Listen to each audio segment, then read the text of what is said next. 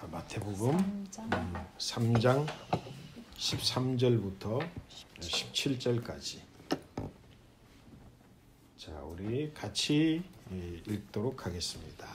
이때에 예수께서 갈릴리로부터 요단강에 이르러 요한에게 세례를 받으려 하시니 요한이 말려 이르되 내가 당신에게서 세례를 받아야 할 터인데 당신이 내게로 오시나이까. 예수께서 대답하여 이르시되 이제 허락하라. 우리가 이와 같이 하여 모든 일을 이루는 것이 합당하니라 하시니 이에 요한이 허락하는지라.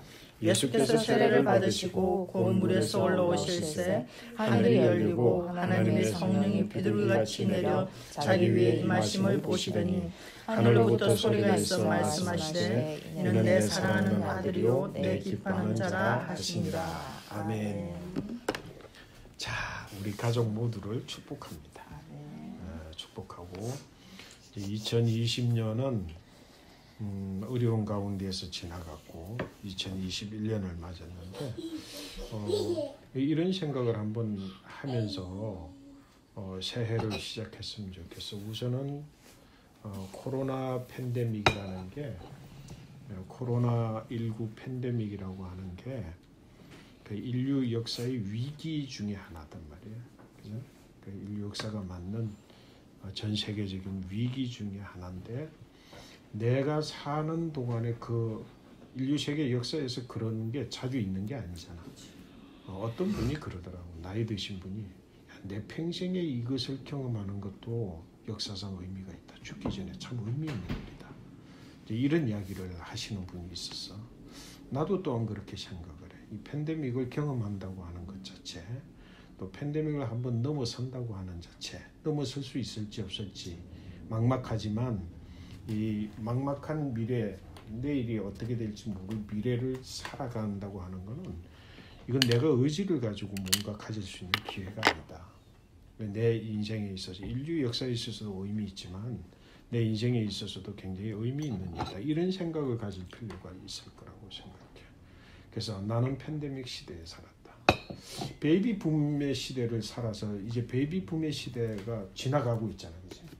그래서 베이비붐 시대가 지나가면서 캐나다에 많은 일자리가 공백이 생겨지면서 젊은이들이 마음만 먹으면 뭐든지 취직할 수 있는 그런 세계의 변화들이 역사상에 일어나는 어떤 사건들 때문에 이런 변화들이 일어나는 거야. 이 거대한 생각 좀 생각을 확장시켜서 이런 눈을 가지고 내가 지금 팬데믹 가운데 살아가고 있다라고 하는 생각을 가지면서 의미 있는 삶을 살았으면 좋겠다. 그리고 이 시기에는 이 시기에 맞는 삶의 모습이 있는 거지.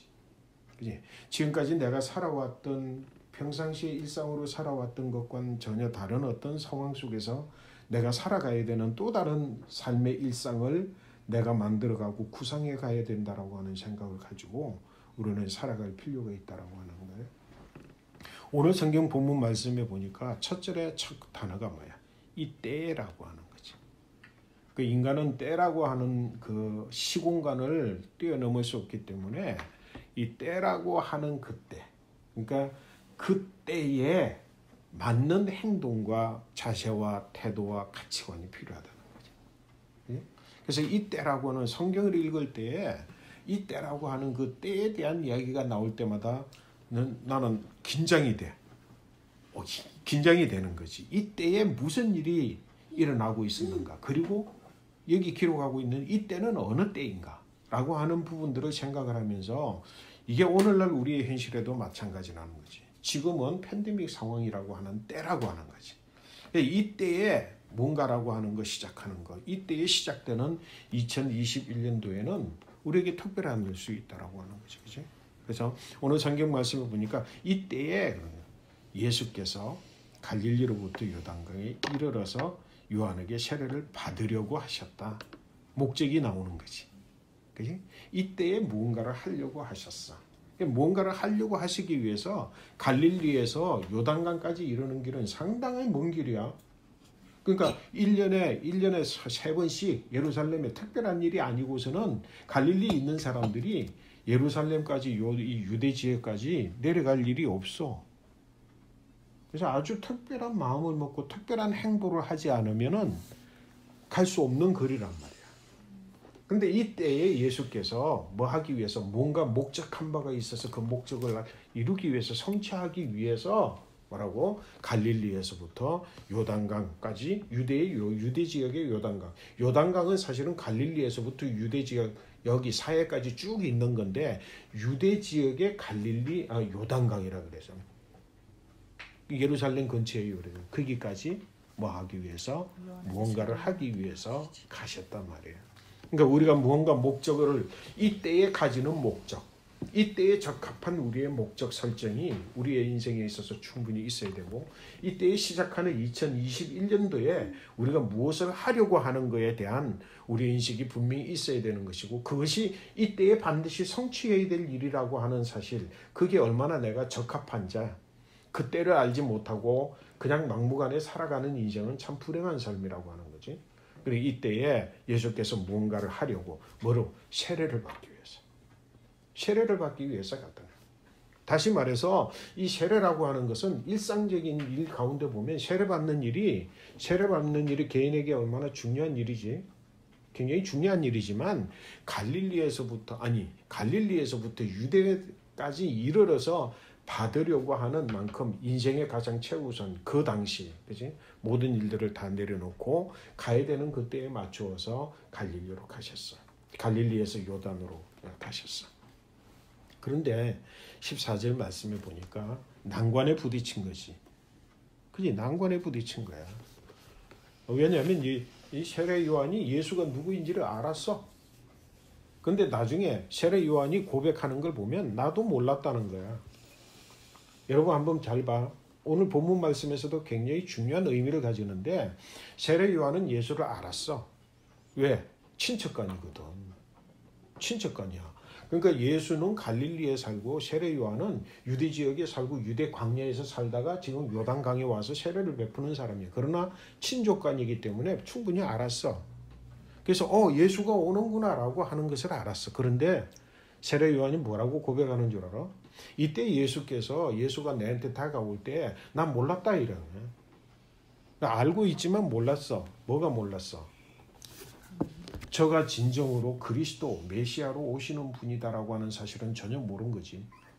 지금까지 30년 동안 아는 관계로 친척의 관계로 살아왔지만 30년 동안 얘의 본질, 이 사람의 본질을 몰랐단 말이에요. 내가 알고 있는 예수가 진짜 메시아라고 하는 사실을 몰랐다는 거야.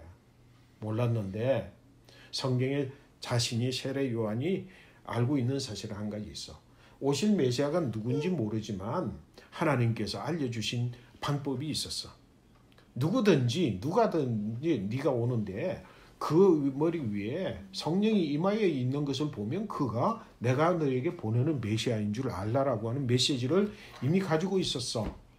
세례 요한은 뭐야? 안 사실이 있고 모르는 사실이 있는 거야. 이게 조합이 안 되는 거지. 퍼즐이 안 맞춰진 거지. 그지? 퍼즐이 안 맞춰졌는데 내가 너무도 잘 알고 있는 사람이 전혀 그럴 것이라고 생각하지 못했는데 그 머리 위에 성령이 바로 이가 그구나라고 하는 사실에 대해서 내가 몰랐다는 거지. 근데 그 순간에 성령을 보고 그때 알은 거야. 아니까 단방에 무슨 일이 일어나는 거지. 그렇지 않았더라면 친척이라고 할지라도 당연히 세례를 줄 수 있는 그런 건데 갑자기 저분이 메시아다라고 하는 것을 안 순간 세례 요한은 예수님에게 세례를 베풀지 못하는 거예요. 난관이 부딪힌 거야.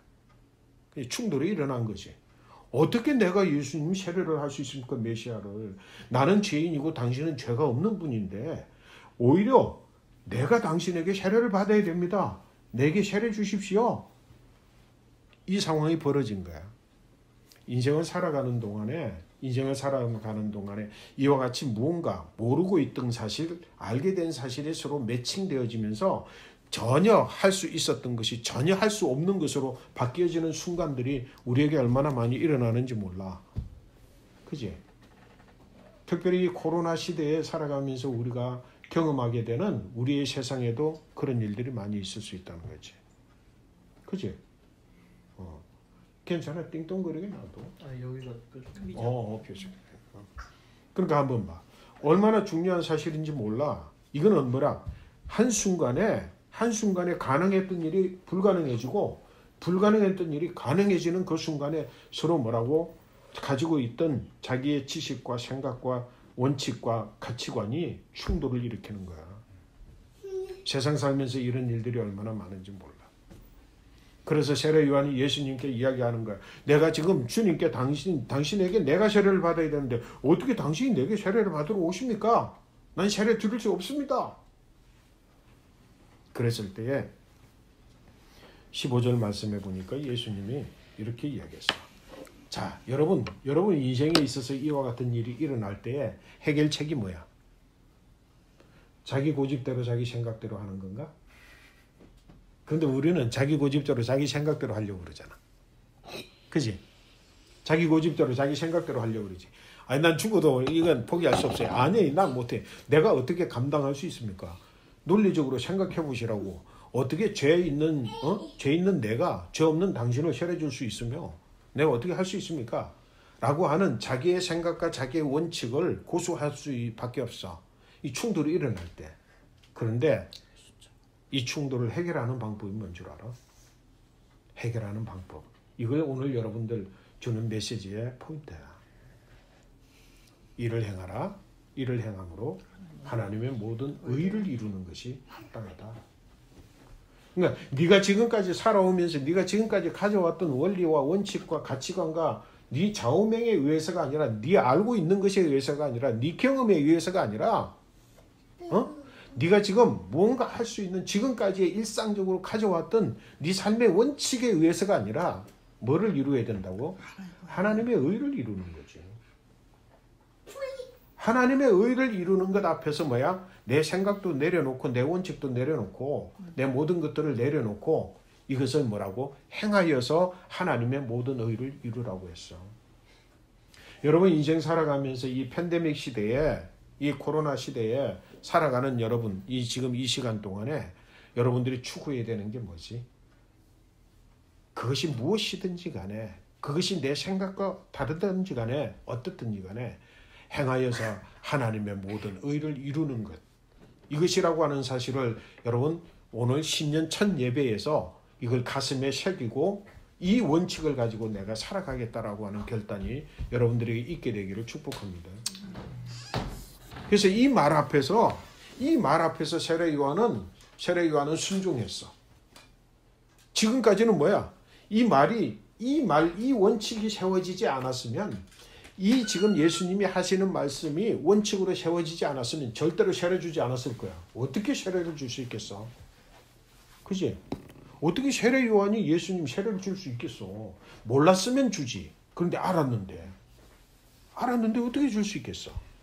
근데 뭐라고? 이 원칙이 딱 정해지고 원칙을 받아들이게 되니까 내 생각에는 도저히 그럴 수 없고 나는 죽었다 깨어나도 할 수 없는 일이지만 그러나 이 원칙이 정해져 있기 때문에 이 원칙 앞에서 순종해서 비록 내 생각에는 틀려도 내 뜻에는 맞지 않더라도 나와는 지금까지 살아왔던 것과는 내가 도저히 용납되지 않다고 할지라도 뭐라고? 하나님의 모든 의를 행하는 것으로 그것을 위해서 내가 이 일을 행한다. 그래서 우리 크리스찬들은 그런 믿음의 자세를 가지고 비록 내가 욕을 먹더라도 때로는 비록 내가 살인자라고 할지라도 비록 내가 돌을 맞는다고 할지라도 뭐라고? 하나님의 의를 위해서라고 한다면 내가 이것을 행하겠습니다라고 하는 그런 마음의 자세와 믿음의 자세를 가지고 2021년도를 살아가는 우리의 가족들이 되시기를 축복합니다. 그게 중요한 거지. 여러분의 행동을 결정할 때에 지금까지 무언가에 의거해서 결정했다고 한다면 이제부터는 21년도에는 뭐라고? 하나님의 모든 의를 위하여서 그 앞에 내가 지켜오던 어떤 것도 내려놓을 수 있다라고 하는 그 믿음의 자세를 가지고 시작해요. 이게 바로 예수님의 사역의 시작의 첫 번째 단계에서 우리 인류에게 주시는 예수님의 교훈이에요. 2021년도를 그렇게 살아야겠지. 근데 이거는 뭐야? 그러면 이건 내가 이렇게 가면 어찌 네가 죄 있는 자가 어찌하여 죄 없는 하나님이신 예수 그리스도의 세례를 베풀었느냐라고 하는 지탄을 받을 수 있을지라도 이 말씀에 순종하여서 하나님의 모든 의를 위하여서 뭐라고? 오늘 성경의 말씀에 보니까 뭐예요? 마지막에 이게 이것이 이루는 것이 뭐하다고? 합당하다. 여러분의 합당이 아니라 하나님의 의를 이루기 위해서 하나님 보시기에 합당한 것을 행하는 것. 여러분이 감히 이 세상을 살아가면서 이런 자세가 좀 필요할 것 같아. 내 생각이 합당해. 내가 가져왔던 가치관이 합당해. 내가 알고 있는 지식이 합당해. 내가 그동안 이렇게 뭔가를 정해놓은 내 원칙이 합당해. 이런 주장 좀 내려놨으면 좋겠어. 성경이 예라고 하면 너희도 예라고 하고 성경이 아니오라고 하면 너희도 아니라고 하는 그런 합당의 기준 자체가 내 자신이 아니라 예수 그리스도이시고 말씀이신 분, 그분이 크리스찬이고 기독교인이고 그리스도인이라고 하는 거예요. 그런 삶의 자세를 가지고 여러분이 시작하게 될 때 예수님께서 이와 같이 이를 이루어서 이를 행하는 것을 통해서 합당하다라고 하는 것. 그 뭐야? 그에 대한 그저 그것만을 요구하는 것이 아니라 그게 그로 인하여서 나타나는 열매가 있다는 거예요. 그 열매가 뭐야? 그 열매가 우리가 무엇으로도 가질 수 없는 열매야. 내가 지금까지 지켜왔던 내 원칙을 가지고서는 도저히 가질 수 없는 열매야. 내가 지금까지 합당하다고 생각해서 추구하고 결정하고 그것을 선택해서 행하는 것을 가지고는 도저히 얻을 수 없는 열매야.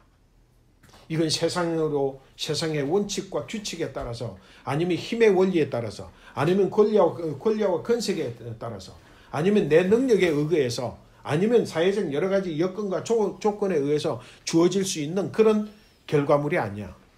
이 세상에서는 주어지지 않는 결과물이야. 그게 뭐야? 성경이 뭐야? 첫 번째 하늘 문이 열렸어. 첫 번째 하늘 문이 열렸어. 두 번째는 성령이 그 위에 비둘기같이 임하여 내려와. 세 번째는 뭐라고? 이는 내 사랑하는 아들이며 내 기뻐하는 자로다라고 하는 하나님의 인정하심의 선포, 선언, 이거야. 여러분, 이 세 가지가 뭐라고?